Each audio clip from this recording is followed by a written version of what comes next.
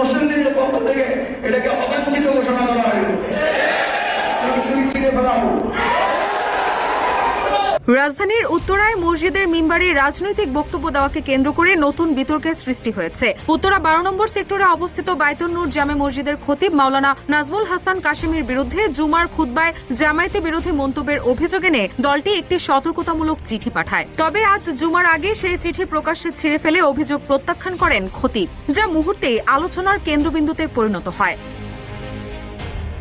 16 October Uttara পশ্চিম থানা জামায়াতে ইসলামীর দপ্তর সম্পাদক জিএম আসলামের স্বাক্ষরিত সেই চিঠিতে অভিযোগ করা হয়, বাইতুন নূর জামে মসজিদ অত্র এলাকার একটি বড় ও গুরুত্বপূর্ণ মসজিদ। এখানে সেক্টরবাসী সহ আশেপাশের বহু ধর্মপ্রাণ মানুষ নামাজ আদায় করেন। তাই মসজিদের খতিব মিম্বারে নিরপেক্ষ স্থানে দাঁড়িয়ে সকল মতের মানুষের জন্য কুরআন হাদিসের আলোকে হেদায়েতমূলক নসিহা দেওয়ার কথা। কিন্তু গত 10 অক্টোবর জুমার খুতবায় তিনি বাংলাদেশ জামায়াতে ইসলামী সম্পর্কে বিভ্রান্তিমূলক ও উদ্দেশ্য প্রণোদিত বক্তব্য দিয়েছেন।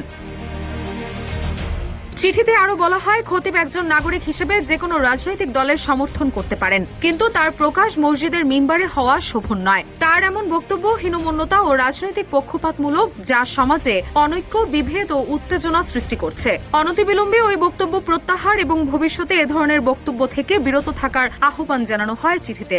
অন্যথায় যে কোনো পরিস্থিতির দায়ভার খতিব ও মসজিদ কমিটিকে নিতে হবে বলেও সতর্ক করা হয়।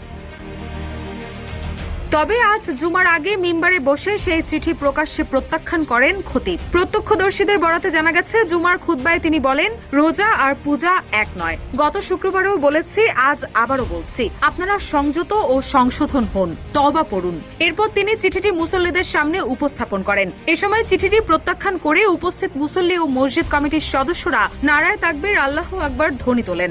পরে খতিব নিজ হাতে চিঠিটি ছিঁড়ে ফেলেন।